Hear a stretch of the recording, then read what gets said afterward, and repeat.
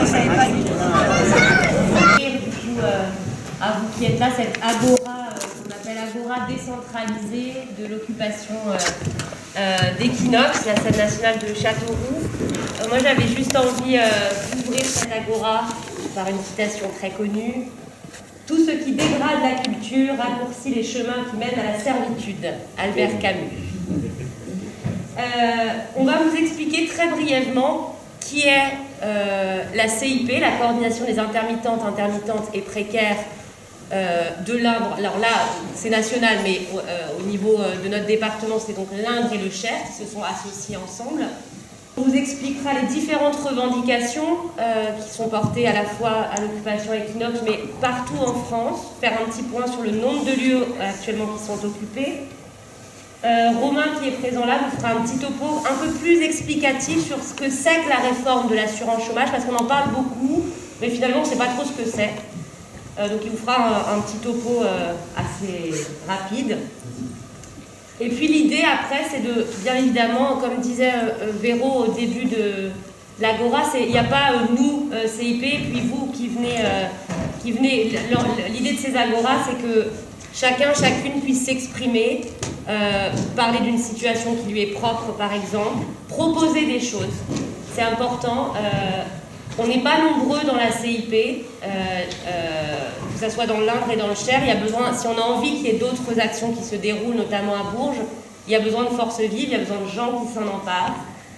Voilà, ça c'est pour vous donner un petit peu les choses. Et puis c'est une journée, c'est un week-end entier quand même, à l'appel notamment du Syndéa, qui est le syndicat des plus grosses structures culturelles. Un appel qui s'appelle « Le printemps est inexorable » de Pablo Neruda. Chacune, si vous avez envie de jouer de la musique, de lire un texte, vous êtes les bienvenus. C'est aussi l'envie que ce soit un week-end où on parle culture, on fasse des choses qu'on a envie de faire, qu'on soit amateur, amatrice ou professionnel. Et peut-être qu'en fonction de la durée de cette agora, on le fera peut-être dehors, que ce soit sympa. Voilà, on verra. Alors, qui sommes-nous ? Déjà, nous, c'est nous tous. C'est-à-dire que le CIP représente les intermittents et les précaires, mais il n'y a pas que... Alors nous, nous, les artistes, on est toujours sur le devant de la scène, mais il y a une foultitude de professions qui ne sont pas des artistes et qui pâtissent en ce moment de la situation générale.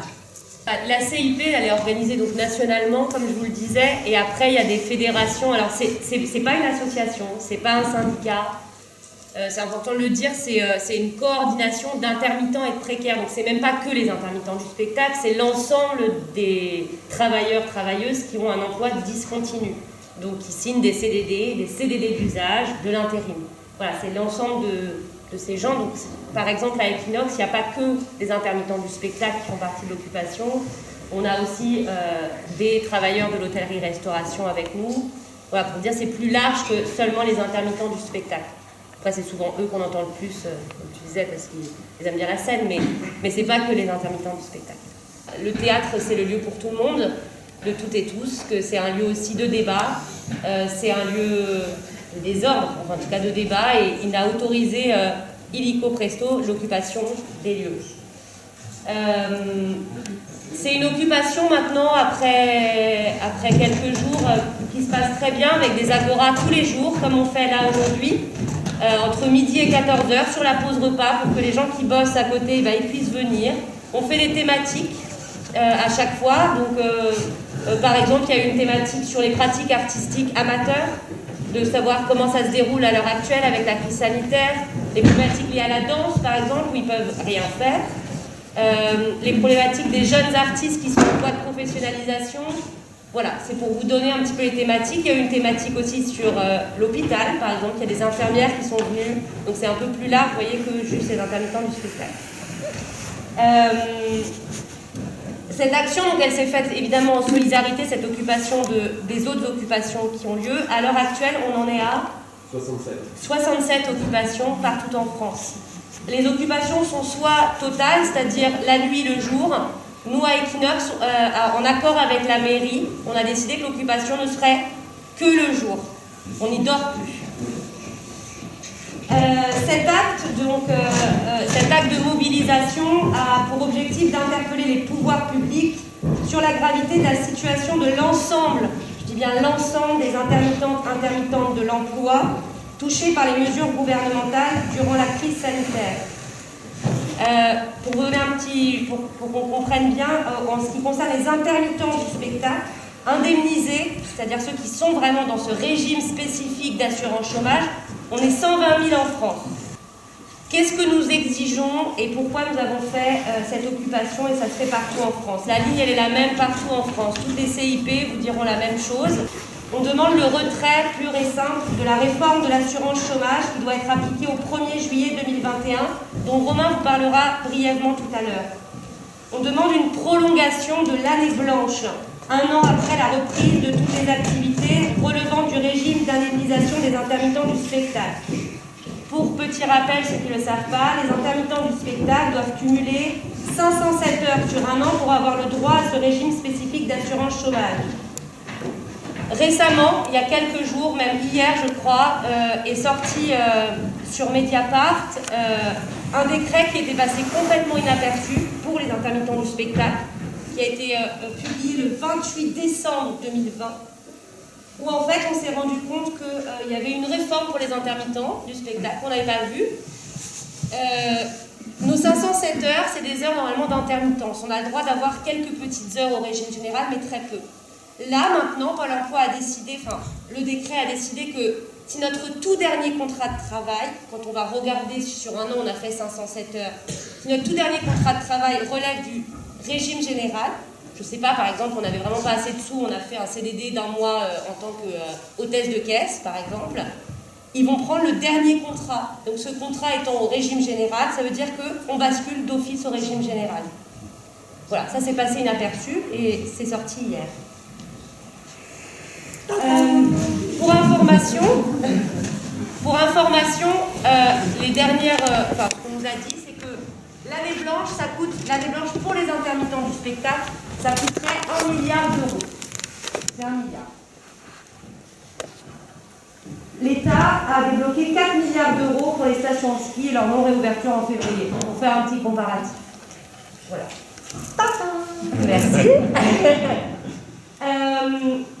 On demande également une année blanche pour l'ensemble des travailleuses et des travailleurs précaires à l'emploi discontinu. Par exemple, les extras, les saisonniers, qui eux n'ont pas d'année blanche et qui eux aussi sont empêchés de travailler comme les intermittents du spectacle.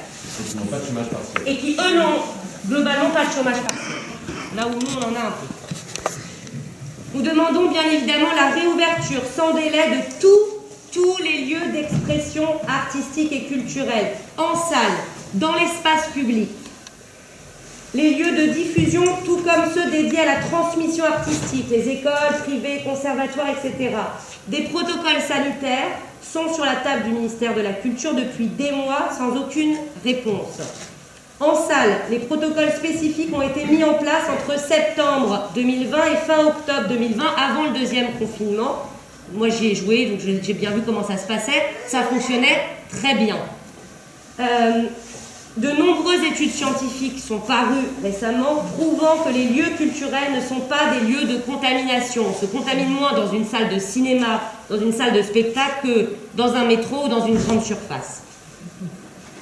Dans l'espace public, alors qu'on parle aujourd'hui, et récemment avec ce troisième confinement pour les 16 départements concernés, on nous parle que c'est important d'aller prendre l'air, que ça combattrait davantage la propagation de l'épidémie d'être dehors. Or, les artistes en espace public ne peuvent pas jouer, ce qui nous paraît une aberration. Nous demandons et exigeons une baisse du seuil d'heure minimum d'accès à l'indemnisation chômage pour les primo-entrants et entrantes ou les intermittentes en rupture de droit. C'est-à-dire tous ceux qui sont par exemple sortis d'école d'art. Je pense à une jeune fille par exemple à Vierzon, à l'Agora décentralisée, qui est danseuse, qui a 24 ans.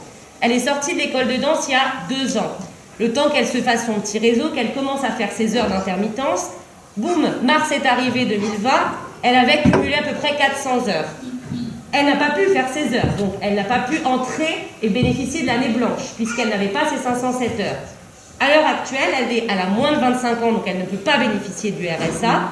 Elle est donc hôtesse de caisse dans une grande surface, elle n'est plus danseuse. Je vous donne un exemple très concret.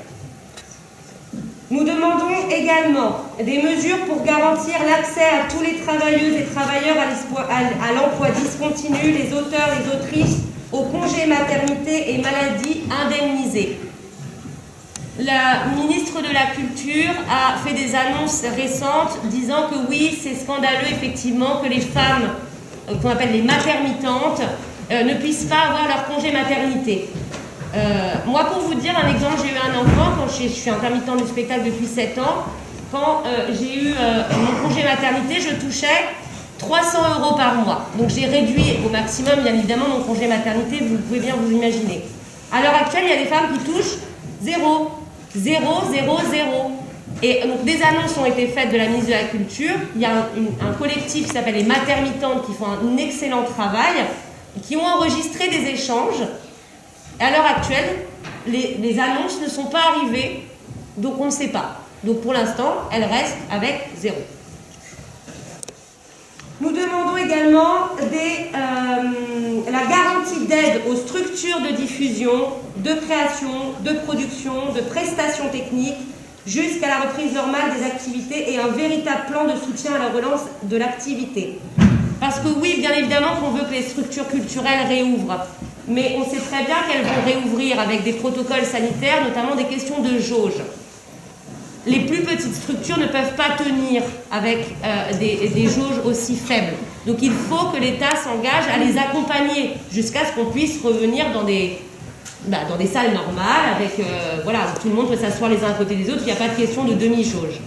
Et enfin, nous demandons des mesures spécifiques pour toutes et tous les étudiants en art, globalement, soit en théâtre, en danse, en arts plastiques, etc. Et je ne sais pas si dans cette salle, il y a des représentants notamment de l'école des Beaux-Arts de Bourges. Super, super. Qui pourront prendre la parole aussi. C'est ça. Parce que demain, les chômeurs, les intermittents, les précaires sont stigmatisés. Ils coûtent. Ils coûtent. Alors que de l'argent, il y en a. La preuve. On peut se raconter plein d'histoires, mais il y a eu 100 milliards qui ont été dépensés pour les spectacles que dalle. 0.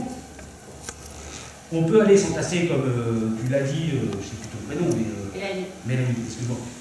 Comme tu l'as dit, on peut s'entasser n'importe où, sauf dans une salle où là, franchement, alors j'enlève mon masque pour parler, mais, et je ne suis pas à la du masque en plus, clairement. Mais on peut éviter de s'entasser dans les salles. 1 sur 2, ça marche et tout. Et vous avez besoin de bosser. Donc, l'idée, c'est quoi? C'est de tomber dans une rébellion. On se rebelle contre ce qu'on nous dit. À tous les niveaux. À tous les niveaux. Et surtout, là, sur le spectacle, vivant... alors, je ne suis pas un adepte de la culture, désolé. Je ne suis pas très bon. Je ne suis pas très bon, je ne sais pas tout. Mais j'apprends, je veux qu'apprendre, en fait. Mais franchement, c'est insupportable. Est-ce qu'on va continuer à vivre comme ça? C'est la grande question. Voilà, je suis membre du collectif HF, Centre de Mémoire, qui fait partie d'une fédération plus globale, HF pour l'égalité ensemble dans le spectacle vivant, Juste donner une petite idée, on s'est rendu compte que la parité, il y avait plus de parité dans l'armée que dans le spectacle vivant, réellement, parce qu'il y a des salaires, de traitement, mais celle-là, on sait aussi, c'est la Pratt qui le dit, et quand on dit que quand on ouvre la porte à l'égalité homme-femme, on ouvre la porte à tout un tas d'autres égalités, donc c'est un combat qui n'est pas du tout un combat juste de féministes engagés sur les femmes qui viennent pouvoir, quoi que ce soit.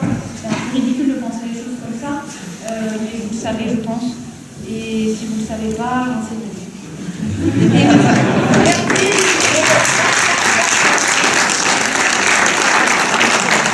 Merci. Pour information, suite à... moi j'étais avec le maire de Châteauroux, bizarrement en réunion avec lui dans son bureau, qui nous a dit, par rapport à l'occupation d'Equinox, on nous a dit, écoutez, on a fait une intervention sur un marché où avec des musiciens de cornemuse, on a déambulé, on a distribué des tracts pour expliquer un peu à la rencontre de la population, parce qu'on a... L'idée, c'est pas de rester que dans les théâtres, parce que sinon, on va juste rester entre théâtreux, ce sera sympa, mais bon, bref.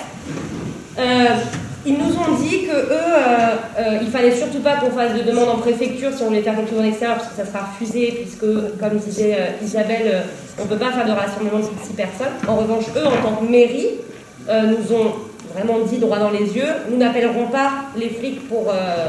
les policiers, pardon, si vous faites quelque chose dans la rue, dans l'espace public, dès lors qu'on voit bien que les gens font attention, gardent le masque pour les mesures sanitaires. Donc eux, ils nous ont dit, allez-y dans l'espace public, justement, allez faire des choses, nous, on ne fera rien. Donc voilà, ça c'est une position d'une mairie, par exemple. À Vierzon, ils ont dit la même chose, le maire de Vierzon a eu la même position, c'est-à-dire, faites, on vous autorise, on n'appellera pas les policiers si vous faites des choses dans l'espace public, on n'appellera personne, donc allez-y.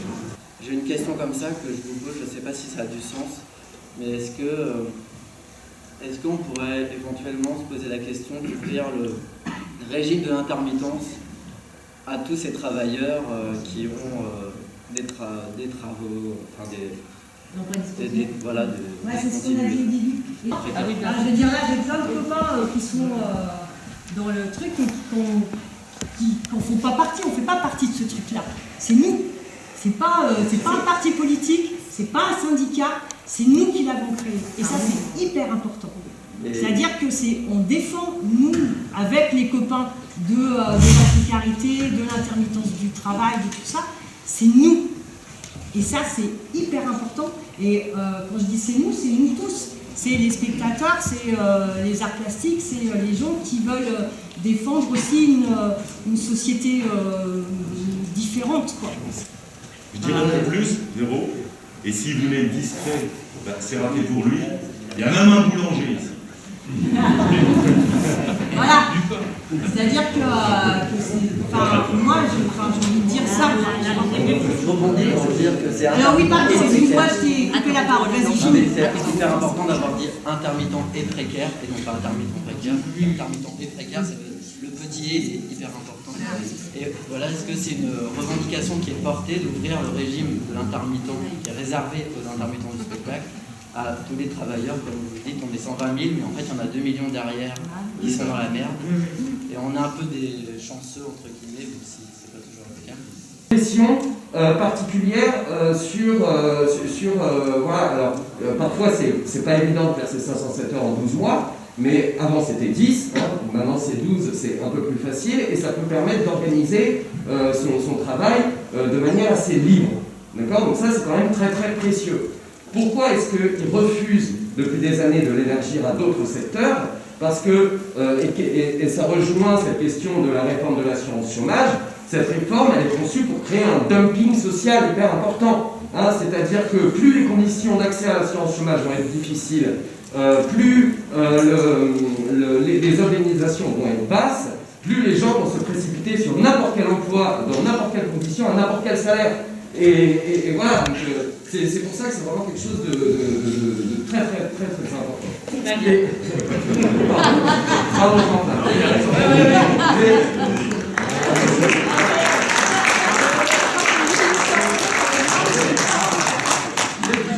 on s'est un peu organisé, les théâtres occupés, on a un groupe signal des théâtres occupés avec à peu près 500 messages par jour, donc je ne les lis pas tous, mais ce qu'il faut savoir, c'est que la spécificité à Equinox, c'est que ça a été une occupation uniquement de la CIP.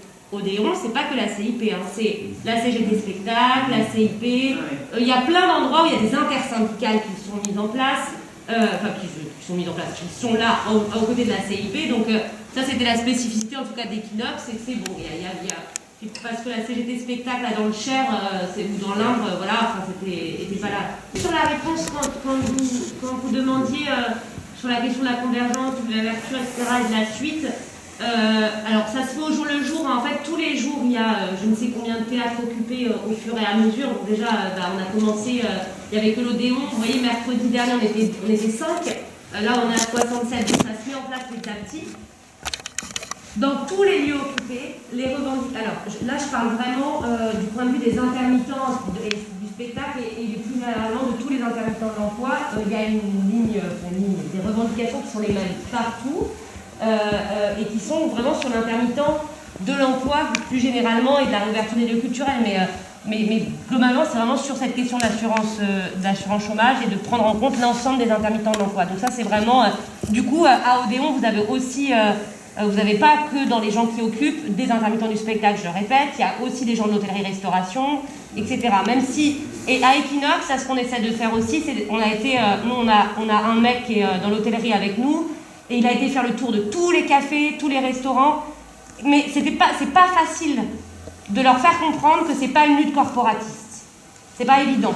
Donc tout le travail, il est là aussi, d'aller à la rencontre, tu vois, et d'expliquer que c'est pour tout le monde. Il y avait ici et puis après madame. Oui, j'entends bien et je suis complètement solidaire et défendre toutes les revendications des gens du spectacle, du travail du spectacle, ça n'a aucun problème. Mais notre lutte, elle peut unifier aussi beaucoup plus large, parce que moi je ne suis qu'un spectateur de la culture. Et nous sommes ici un certain nombre qui souffrons de la fermeture des salles, des cinémas, et je veux dire, et on est tous convaincus qu'il n'y a pas plus de danger d'aller au spectacle, vous l'avez dit, que d'aller, peu importe, je ne reviens pas là-dessus. Mais si on veut gagner, il faut aussi considérer que c'est un rapport de force. Et tout à l'heure, quand on disait est-ce qu'on a le droit de faire ceci, est-ce qu'on a le droit de faire cela, il y a un moment où il faut faire les choses. Et on verra bien, il y a des maires qui vont, comme tu l'as dit, qui vont dire nous on ne fait pas intervenir la police. Mais si on veut rester sur le strict cadre de la légalité, on n'y arrivera pas. Si on pense que notre lutte est juste et qu'on peut rouvrir les salles de spectacle en sécurité, eh ben, il faut se battre là-dessus. C'est pour ça qu'on voit de plus en plus de théâtres qui sont occupés. Je me dis, ben, et nous alors, à Bourges, est-ce qu'on ne peut pas aussi imaginer rentrer dans cette...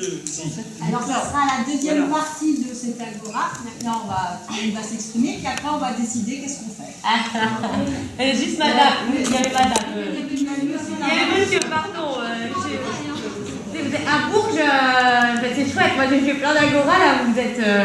C'est cool. C'est chouette. Moi je ne suis pas un acteur de la culture, je ne suis pas salarié de la culture, je suis juste un spectateur, je suis un salarié. Et je voulais simplement témoigner sur les expériences que j'ai eues les 2-3 dernières semaines. Je suis amené en fait à me déplacer dans beaucoup d'entreprises. Et je suis allé dans 2 sites industriels. Un site où il y avait plus de 600 personnes et un autre site où il y avait plus de 800 personnes, 800 salariés. Dans ces sites, les gens travaillent en roulement depuis la fin du premier confinement. Les restaurants d'entreprise sont ouverts et les gens mangent tous les midis et ils sont plusieurs centaines. Il n'y a pas plus de malades qu'ailleurs. Il n'y a pas plus de malades qu'ailleurs. Donc vous avez 100 fois raison de demander l'ouverture des salles.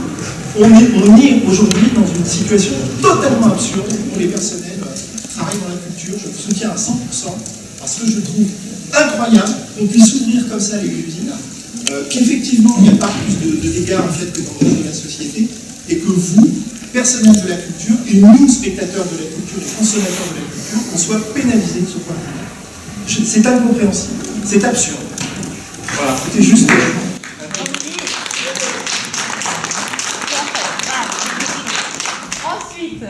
La dame. Madame, pardon. Je ne vais pas vous laisser m'oublier de tout. Non, pardon. Ce que dit monsieur,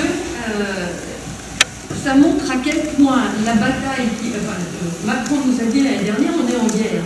Mais on est en guerre contre quoi? Contre le Covid ou contre une démocratie, un droit d'entrer dans les affaires du pays qui a été gagné par les révolutions.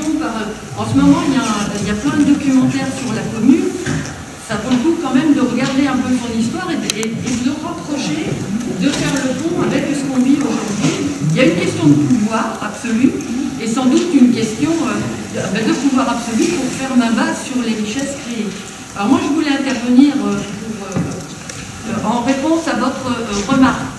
Vous dites, c'est notre action, c'est moi je suis engagé, etc. On est tous pareils. On est salariés d'EDF, des luttes pour sauver le service public, notre service public de l'électricité et du gaz, on l'a tous fait, mais il nous manquait des usagers. Aujourd'hui, vous avez votre... Et du coup, Gaz de France France, on n'en parle plus. Les tarifs, c'est 85% d'augmentation. Électricité de France, c'est pareil. Avec les centrales derrière, où il y a de la sous-traitance, etc. Il nous a manqué les usagers. Moi, je sais pas, j'ai dû laisser une année de paye en grève pour sauver le service public, mais on a perdu parce que là, vous menez une action, et en effet, c'est pas le fait que vous soyez engagés, vous, c'est bien, mais le fait que nous tous, on soit engagés, c'est vachement mieux. Et c'est pour ça que les anciens, en 1895, ont créé une organisation syndicale. Ça ne doit pas être une institution. Moi, je suis à la CGT comme monsieur. Ça ne doit pas être une institution, un truc qui vit sans nous. Ça ne peut vivre que si on s'y engage, on adhère et qu'on participe. Il faut faire l'effort de lecture, l'effort de se rassembler, de se parler, de se mettre d'accord. C'est pas le petit doigt sur la couture et parce qu'il y en a un qui a dit qu'il fallait qu'il suive. Mais ce genre d'initiative, on devrait le faire même quand c'est pas la lutte, quoi. Justement pour anticiper les coups de notre adversaire de classe et pas le laisser insulter les salariés comme il vous le fait là, mais c'est juste odieux. J'avais vu les suppressions d'emplois au ministère pour justement les photographes. En même temps qu'on n'a pas le droit de photographier les flics, etc. Au moment où on a un super film, un pays qui se tient sage, dont on entend parler nulle part. En effet, mais l'art, c'est ce qui nous oxygène la tête, c'est ce qui nous ouvre les chakras, c'est ce qui nous permet de résister à l'idéologie managériale qui nous fait produire de la richesse et nous faire dépenser point barre. Donc on est ensemble et ces organisations-là de travailleurs, je pense qu'aujourd'hui, plus que jamais, il faut les faire vivre parce qu'après les coordinations d'infirmières, après les gilets jaunes, après, on est obligé de s'organiser et de s'organiser durablement, sans hiérarchie, mais en toute démocratie, donc avec nous dedans. Merci.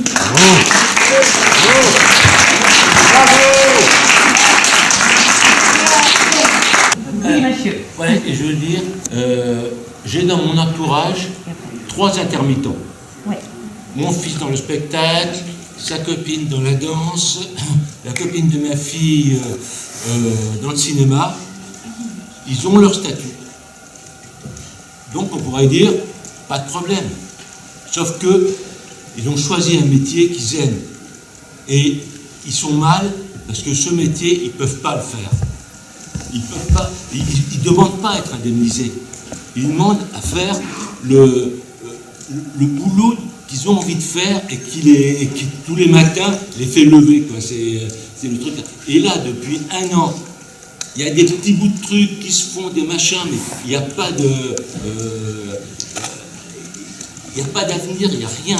Et à chaque fois, c'est par petits bouts, ça ouvre, ça ferme, c'est comme ça. Et leur vrai souci, c'est de pouvoir travailler. On les laisse travailler. Ils ne demandent pas l'aumône, ils ne demandent pas des indemnisations, ils demandent qu'on les laisse travailler. Et là, ça me semble essentiel et important. Dans quelques domaines que ce soit.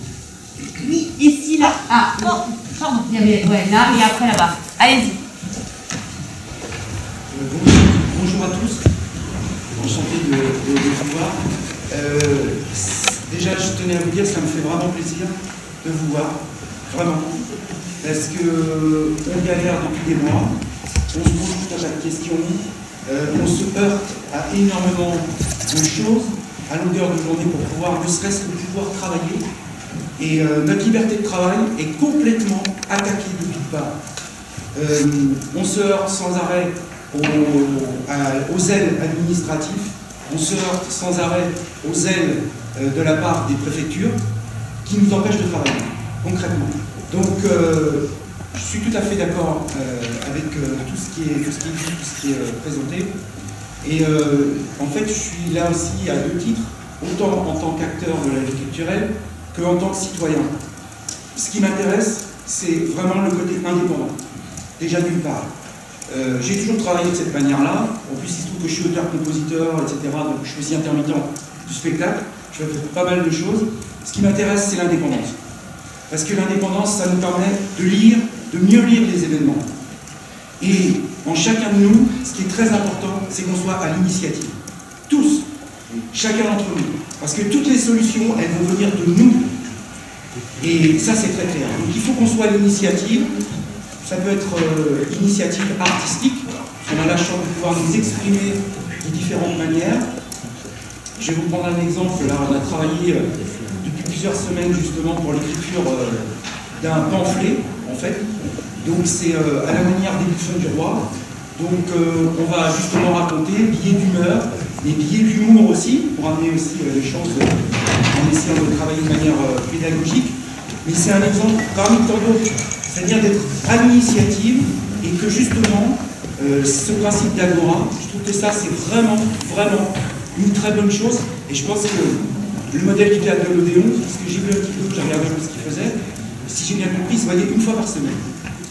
Et je pense que ça peut être une très bonne initiative pour que justement on se retrouve régulièrement pour échanger déjà nos informations les uns les autres, parce que je pense qu'on a plein d'informations à échanger, parce que si on compte sur les médias à l'heure actuelle, ils ne font plus leur travail, on est bien d'accord, ils ne font plus leur travail. Il y a des gens que vous trouvez sur Internet qui sont en train de construire des choses pour justement créer un contre-pouvoir. Alors, laquelle forme, etc., ça c'est encore autre chose, mais ce qui est important, c'est cet esprit d'indépendance, justement, pour sortir de tout ce qui nous est raconté, ce qui nous est dit depuis un an. Parce que tout ça, on est complètement manipulé. Ça, c'est très clair. Donc, je pense que j'invite tout le monde à se faire sa propre opinion et de développer son travail d'investigation. Ça, c'est vraiment important, que ça nous permette de mieux lire les événements. Et sur la fermeture des salles, en l'occurrence pour les salles de spectacle, ça a été écrit très clairement, je pense que certains d'entre vous sont au courant, sur le jugement en référé du 23 décembre, qui a été justement, qui explique les tenants et les aboutissants de la situation. Ça a été écrit noir sur blanc, on a été qualifié de la part, je crois, d'un représentant du ministère de la Santé. Donc, moi, il faudra déjà qu'on m'explique comment un représentant du ministère de la Santé peut connaître un peu toutes les caractéristiques de nos métiers, c'est quand même assez incroyable, et qui a bien dit noir sur blanc qu'on faisait partie, donc, comme on le sait tous, des activités non essentielles et substituables, sous prétexte que justement, que chacun d'entre nous pouvait avoir accès à des vidéos chez soi. C'est ça qui a été écrit noir sur blanc, et le discours qui a été tenu par des représentants du gouvernement. Donc, je veux dire, les réponses, elles sont là, c'est très clair. C'est des choix politiques. On est dans des choix politiques. Ça a été fait de manière arbitraire. C'est très clair. Voilà. Merci. Merci.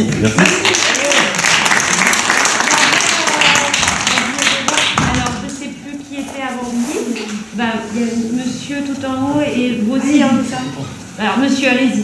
Oui, allez-y. Et après, on donnera la parole. Essayons, pardon, je ne vais pas faire... Je vais faire court. Voilà, essayons de faire court parce qu'après, on va essayer de voir ce qu'on fait par la suite.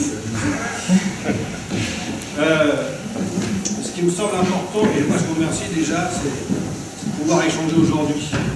Ça fait un an là, que l'oligarchie elle est soumise à dérogation ou de petits papiers, de petits croix quelque part pour pouvoir avoir le permis. Ce qui me semble aujourd'hui intéressant, c'est que j'entendais sur la notion de chômage par rapport aux garanties collectives et au droit à l'émancipation dans votre métier, mais je dirais c'est la plupart des... C'est la même chose pour la plupart des salariés en France. C'est-à-dire que la revendication, tu disais, mais je la trouve à droite, à gauche, dans le sud, dans le nord, mais évidemment, quand tu travailles, tu attends le fruit de ton travail, qu'il soit manuel, intellectuel ou du corps, je ne sais pas. Mais voilà, l'important, c'est de poser cette question de la redistribution des richesses. Et ça t'intéresse pour qu'on arrive. Et je pense qu'à mon avis, ça a été dit tout à l'heure, on a, nous aussi, j'appartiens à la CGT, on n'arrive pas à mobiliser. C'est un constat qu'il faut faire, parce qu'on n'a pas les usagers. Vous parliez d'espace commun, mais parce qu'on dit que c'est commun, parce que c'est vital. Il y a un médecin, je crois, hein, c'est vous. Voilà, c'est l'espace vital aujourd'hui. Et bien évidemment, c'est le droit d'avoir un lit, de se faire soigner correctement, d'aller à l'éducation, d'aller au théâtre, de s'émanciper, de pouvoir choisir son travail. Mais c'est ça, c'est le contrat de CNR, ça. Il faut qu'on le remette en place.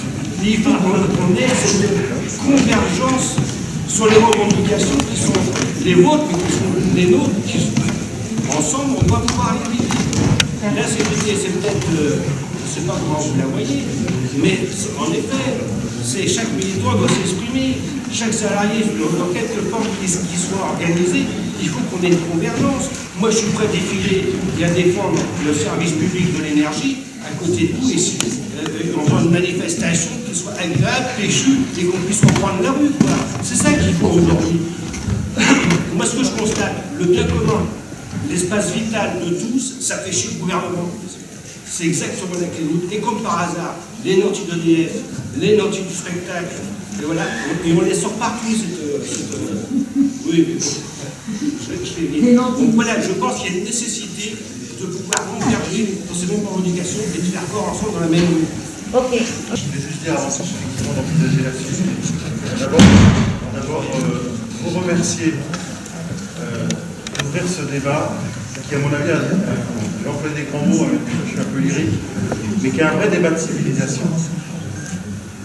Parce que, je le rappelais tout à l'heure sur les origines du régime de l'intermittence, oui, c'est effectivement pour assurer la subsistance dans la discontinuité de l'emploi, mais c'est aussi une conception de l'art et de la création qui a été considérée comme vitale, essentielle, un mot à la mode, par ceux qui ont monté ce régime-là, en laissant aux créateurs et aux artistes le temps de créer de manière indépendante, ça a été dit aussi, quelle que soit la demande sociale ou politique. C'est donc un instrument de liberté fondamental qui place quand même l'enjeu de l'art au cœur des enjeux de société. C'est d'ailleurs pas très étonnant que les libéraux de tout poil s'en sont pris régulièrement au régime de l'intermittence, parce que c'est pas dans leur radar idéologique, ça. Eux, ils négligent pas la culture, mais ils veulent une culture qui soit rentable, compétitive, ils veulent de la culture pour faire du lien social, pour faire de l'animation, ils veulent pas de l'art qui dérange, ils veulent pas de l'art qui crée. L'art et la demande, ça n'a pas de sens en réalité. Et donc, replacer cet enjeu artistique au cœur du régime, moi je trouve que c'est fondamental. Et vous le faites, vous êtes en train de le faire et de le faire avec brio. Quelqu'un disait tout à l'heure, étendre le régime de l'intermittence. Ça, c'est aussi des débats fondamentaux, je pense, citoyens, sur la question de la sécurité, de l'emploi, de la formation, sur la question du salaire à vie. Ce sont des débats aussi qui agitent la société, et c'est bien que ce soit posé dans les agoras, et moi j'espère que peut-être qu'on aura l'occasion la prochaine fois aussi de débattre sur ces questions de fond. Et vraiment, je voulais vous remercier parce que vous êtes quelque part avec en portant ces luttes-là, en train de remettre du sens dans ce qu'on est en train de vivre et de voir vraiment au-delà de l'ouverture des lieux culturels, de notre confort de spectateurs, etc.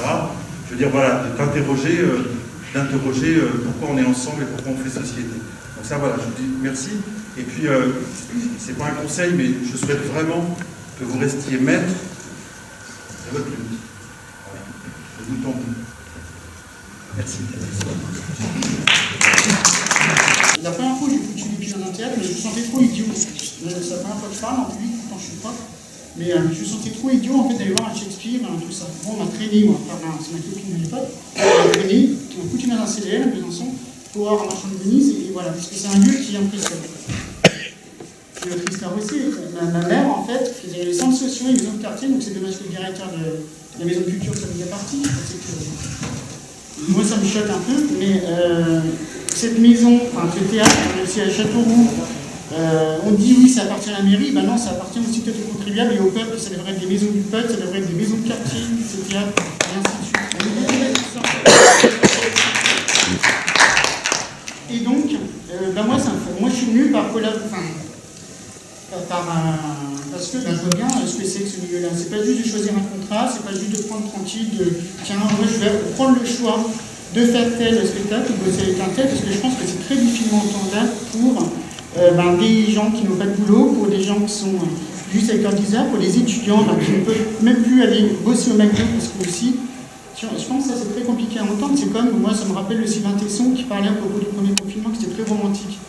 Il y a une infirmière qui a quand même pris, j'y attendais, ce qui se passe quand même sans rentrer dans les soins, pardon, mais une infirmière qui était dans une réalité aussi, puis même de pression, de boulot, il n'y avait rien de romantique en fait là-dedans. Donc cette notion d'élitisme ou de privilégié, c'est véhiculé par ce genre de choses. Et je pense donc que, c'est pas une solution toute faite, hein, mais le fait de continuer à venir dans les théâtres, ou essayer de se fixer sur un théâtre, de toute façon à un moment ils vont vous foutre dehors, on voit bien à Châteauroux, vous avez joliment revu le truc, mais c'est très diplomate, moi j'ai du mal à l'être. Mais de rappeler, oui, ça nous appartient, ça m'appartient, c'est ma commune et tout. Bien, mais il faut peut-être, c'est impressionnant en fait pour les gens de venir en fait, de franchir le seuil de Saint-Cyr comme ça. Alors que ce que vous avez fait par contre, je ne suis pas venue, Julie m'en a parlé, mais le fait qu'il y ait des soignantes qui soient venues parler jeudi, j'entends, je pense que ça c'est extrêmement important. Et ça me rappelle aussi que c'est peut-être une chance aussi pour vous, alors moi je suis pas, je vis parce que je suis prof, pourtant c'est pas un statut qui fait politique, c'est une part de sens. J'ai beaucoup de mal en ce moment pour le boulot, donc il y a mais je pense que c'est une chance aussi de repenser ce vivre ensemble qui avait été posé pourtant avec les gilets jaunes. Même si moi j'étais un peu inconfortable, mais pour le coup, l'espace public c'est ça, c'est des ronds-points. J'ai envie de vous dire de venir aux Beaux-Arts parce que je sais que nous je représente l'asso des étudiants de l'ENSA du coup, et on coche un peu toutes les cases, je pense déjà, et moi j'ai des retours de plusieurs écoles, parce que je viens de Poitiers et j'ai des amis du coup qui occupent le théâtre notamment de Poitiers et d'autres qui viennent aussi de l'ESI, et eux, comme aussi à Lyon, en fait il y a beaucoup d'écoles qui n'ont pas l'occasion d'aller dans leur école simplement ou se déplacer. Je trouve qu'à Bourges, on a beaucoup de chance parce qu'on a une liberté quand même au niveau de la fermeture, l'horaire de fermeture, etc. Mais on sent quand même une flamme qui s'éteint un petit peu et je sais que les Beaux-Arts sont souvent présents aux manifestations, etc. Et je pense que ça serait bien qu'on se rencontre aussi et justement de rappeler qu'on n'est pas séparés et que en fait on est tout aussi précaires, tout aussi en besoin.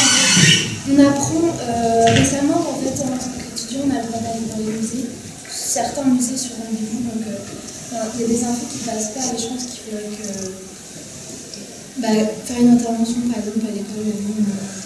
Alors, faire une intervention aux Beaux-Arts, bien sûr, c'est aussi pour ça que la CIP a contacté tout de suite la direction et on a eu le mail de l'association des étudiants des Beaux-Arts, c'est aussi pour ça qu'on vous a transmis l'invitation à venir et c'est l'objectif, bien évidemment, aussi que les Beaux-Arts interviennent, expliquent aussi, parce que par exemple, moi, les rémunérations, le statut, tu vois, les plasticiens, j'ai aucune idée, je connais rien. Je pense que c'est très important et que même pour les étudiants qui sont à moitié en distanciel, à moitié en cours, qu'ils puissent s'exprimer bien évidemment. On a pensé à un moment donné à pouvoir venir vraiment aux Beaux-Arts, quand là on est en train de parler d'occupation, mais les Beaux-Arts sont en travaux aussi. Voilà. Je pense que justement, pas forcément, c'est vrai que c'est pas facile à écouter en ce moment, mais juste de venir chercher, parce qu'il y a aussi quand même, on connaît la situation des étudiants et il y en a qui ne bougent plus en fait et qui se retrouvent, on a même, on est restreint et on va même plus presque se bouger dans les manifs et tout ça, donc là je pense que si il faut chercher du monde, c'est là-bas qu'il faut aller chercher. Okay. Ce qui est occupable de l'ancienne maison de la culture, symboliquement, c'est magistral, pour multiples raisons, et fédérateur pour de multiples raisons. Dernier point, nous, on a parlé avec la mairie de Bourges pour cette remise en route d'une maison du peuple. Et comme le temps passe, on a acquis pour tourner un peu partout une caravane maison du peuple fédérale. On sera prêt à mettre à votre service si cela vous intéresse.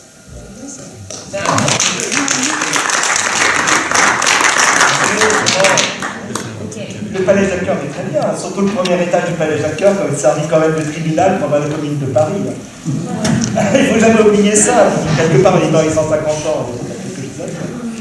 Je trouve aussi, je suis d'accord avec toi. Concrètement, on décide aujourd'hui ou... Oui. Ah oui.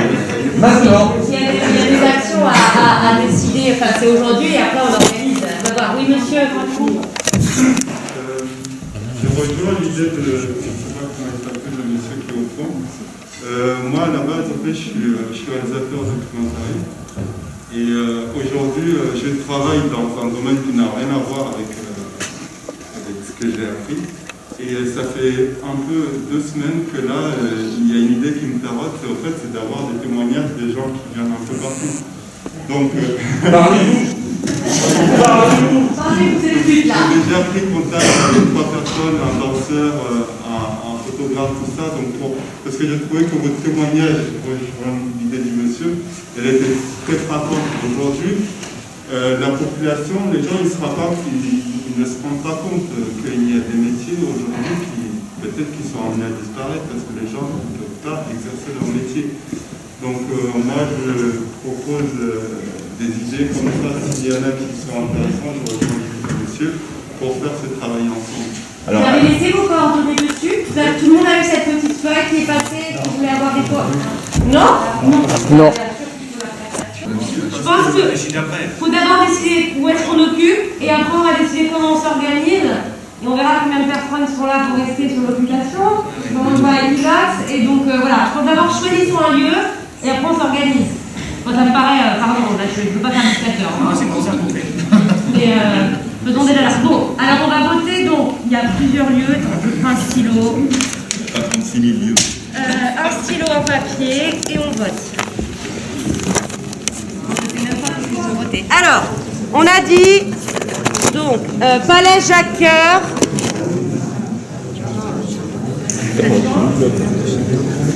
Hublot, redites-moi si je me trompe, Palais Jacques-Cœur, Hublot, Auditorium,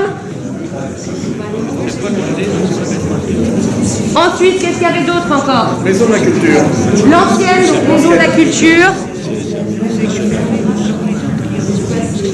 Et quoi d'autre? Et le 22, c'est ça, Palais d'Oron. Le 22, c'est l'ancienne MJC Recours. Après, c'était devenu Germinal, centre régional de la chanson. Et puis, donc, c'est à côté de l'auberge de jeunesse. Et puis, c'est un des grands lieux de Printemps-de-Bourg. Alors, 22 d'Oron, il y en a d'autres qui m'ont dit, j'ai entendu aussi, bon, c'est peut-être moi qui ai halluciné, le Palais des Congrès. Le Palais d'Oron. Palais d'Oron.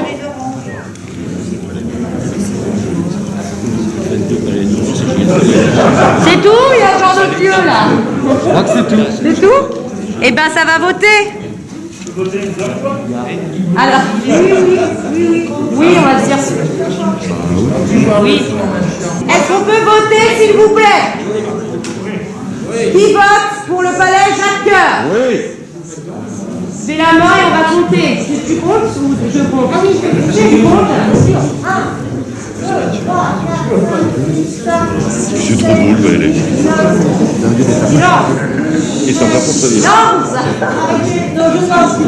14, c'est bon, c'est 14 là, c'est 14. Allez, relevez la main.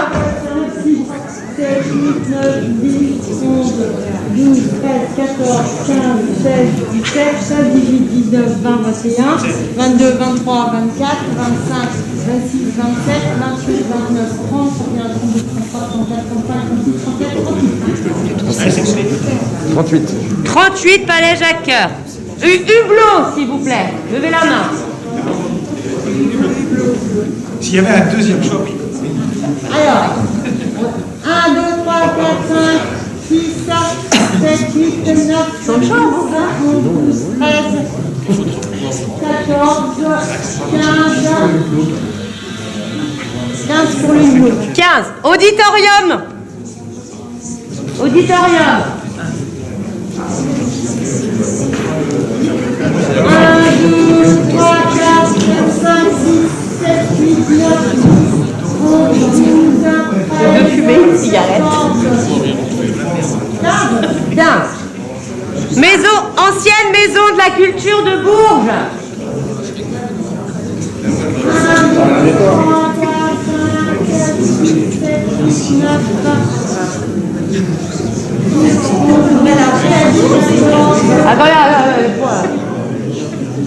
15, 16, 17, 18. Le 22 d'Oron. Troisième choix. Ah, mais c'est ça serait bien. Vas-y, 22. Mais levez vraiment, parce qu'il y en a qui sont comme ça. Levez vraiment la main qu'on compte. C'est pas l'air. 4, pas les euros. 5, 6, 7, 8, 9, on va pas faire de spectacle. 10. Et enfin le palais d'Oron. 2. Ok, bien. Donc, à la majorité, c'est donc l'occupation du palais Jacques-Cœur qui a été votée dans cette assemblée.